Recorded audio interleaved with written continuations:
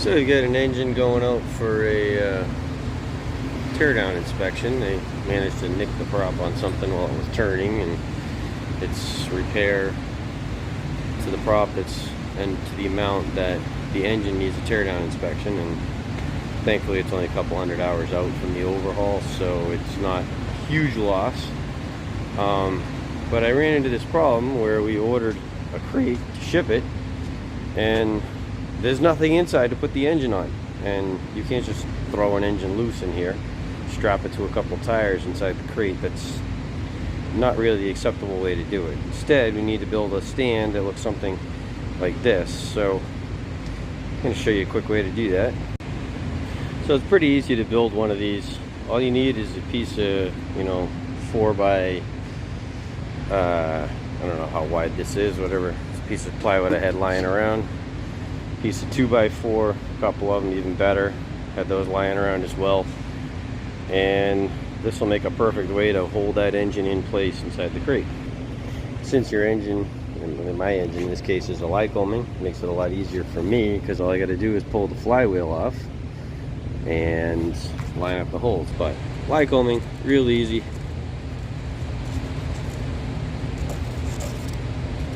Just trace all the holes, and the bushings for the prop bolts that also are basically act as dowels to hold the propeller so it doesn't spin around on here and flop around. You need to drill holes that these can all go into your piece of plywood. But the whole idea is to have your plywood right here, a couple bolts through, everything's locked in place, and now the front of the engine is secured, and then you just got to come up with whatever you need for the back of the engine.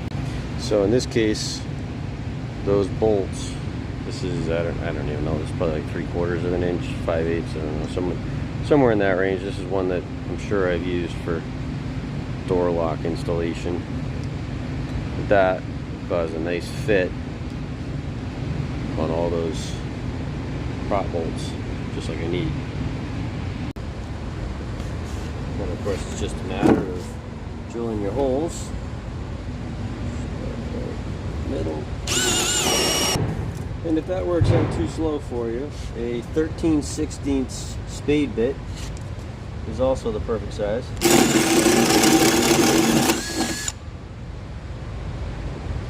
I think in some ways it's easier to locate as well. So just like that, we've blown all the holes through. Now we just got to drill the center hole. And that center hole works out to essentially the same size as a standard doorknob hole, which is a 2.5-inch hole saw. And this is why it's a slightly loose fit, but it's actually nice because that way you're not going to struggle so much getting all those holes to line up with the bushings and everything. There we go. Now we have the front part of our support, which is going to support the front of our engine. Obviously not out to the side as I have it right now, and I may even have to turn the crankshaft just a little bit to get it all lined up. But what we're looking at is this will support the front of the engine horizontally in line with the engine horizontal. I'm going to have 2 bolts, these 2 right here, with bolts and washers. So the next thing we need to figure out is how tall does this need to be? Obviously we know that so much height inside the crate.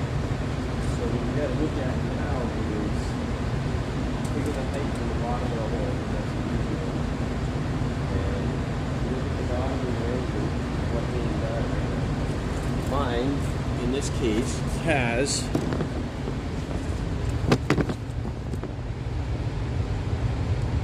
a drain valve, which will not say. I will definitely take that off. But it has carburetor studs. I'm not bothering to take those off, so I need to figure so that I clear those studs. So I'm going to want, I don't know, 12, 13, I'll go 14 inches just to be safe, because I can always trim a little more, but I'll make my first cut 14 inches from bottom of that hole across and that'll give me the front support right here for the engine. So here we measure 14 inches from the bottom of the hole and put our mark, and then I'll just cut this board right across, and that'll be our vertical. So mark the height.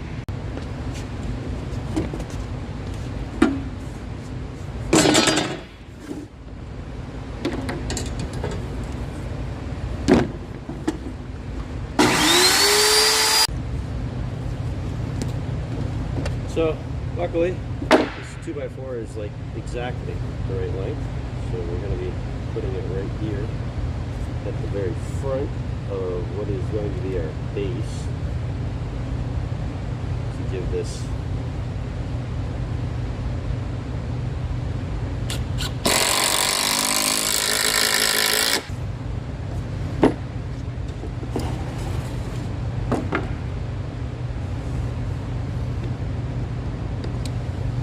this is how it's going to support the engine from the front, and that's screwed in just like that.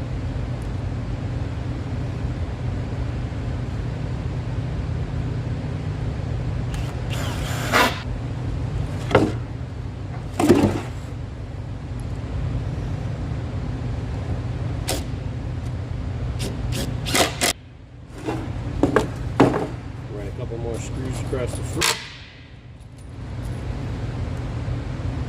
I think 5, probably even a little overkill, but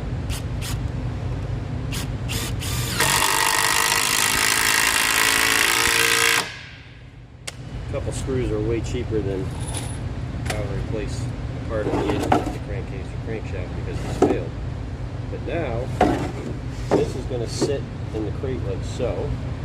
Slide it up to one edge, try and center the engine in the crate so that the weight is centered and it's not all on one end, so if they don't get it quite straight on the forks or whatever, it doesn't all fall over and crash. This will get screwed down to the crate. I'll run it, zap a couple screws right into the center stringer of the crate there, and then I like to, I don't know, ratchet strap, banding strap, something like that, just to hold the engine in place. We'll build blocks to support the crankcase on what we're looking for. You don't want to support it on here because this is just cast aluminum and it's not that strong. This is where Lycoming mounts the engine mount to the engine on these ears. So what you actually want to support it is the bolts going into the hold the crankcase onto the sump onto the crankcase. You want to support it on the heads of those bolts. Don't want to do it on these pipes either. These can be damaged as well. Anything on the casting on the bottom here could also be damaged if you had any weight riding up underneath here, so we don't want to do that. Obviously don't set it on accessories. This right here is always a good mounting point right here across, and where this is a teardown inspection, this is just about general engine prep. Don't ship the starter with it. You might not get it back. Also on the back here, most of these fittings for the oil may or may not come back. Kind of taking a risk with your breather and stuff like that. Oil pressure, and I think that's oil, and that's oil temperature right there. Burn it down. Just general things might be better to take off. You can take your chances. And also this tube, it's a good idea to remove this. It's just a plastic tube. If it gets bumped or hit, it'll crack. And you know, Lycoming parts, what looks like it should be a 50-cent piece is $50, $500, who knows. I unscrew these, put a plug down in the hole in the crankcase, and then tie wrap them to the push rod tubes. It's also a good idea to throw old, no good plugs in here, or ship it, if it's going for an overhaul, ship the old plugs with it, and start with new ones with a new engine. Just a good idea. Customer might think, oh, it's, you know, it's expensive, plugs are expensive. Well, if that insulator on the old plug is slightly cracked and that goes into your new engine, cylinder replacement and things like that is a real pain to do to a new engine. Just do new plugs. It's a whole lot better idea. It's cheap insurance compared to the cost of pulling a jug, downtime, possibly replacing the engine again. So this is how I've got it all set. These blocks ride up right there and right there, and on the front ledge here as well. And then I've screwed up through the bottom into each of them, given blocks, whatever was necessary. Basically a 2x6 and a piece of plywood was the perfect height for all of them. And this right here for a Lycoming, because Lycomings of course are supported from the back of the engine, not the bottom of the engine like Continentals. Continentals, they use feet sort of like the old clawfoot cast iron tubs, if you remember that. Like on this Continental, you can see the legs right there. Those are part of the engine. They stay with it. There's 4 of them. There's 2 in the back there as well. You can see back there. And basically with those, you literally just run boards along the side. You obviously keep the oil pan up off the bottom of the crate, and you build up blocks like 4x4s or 6x6s or 2x4 stacks or whatever for these feet to sit on, and it's secure that way. But Lycoming is a little bit more challenging. So now I'll set it in so you can see what I mean. I had to put the blocks underneath it because of the legs of the hoist.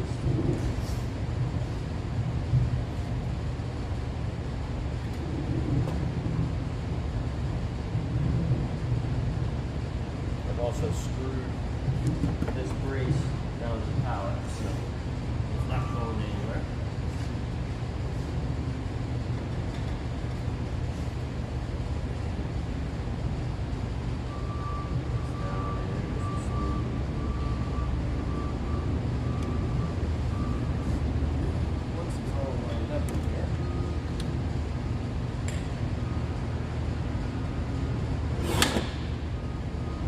That's not how you're supposed to drop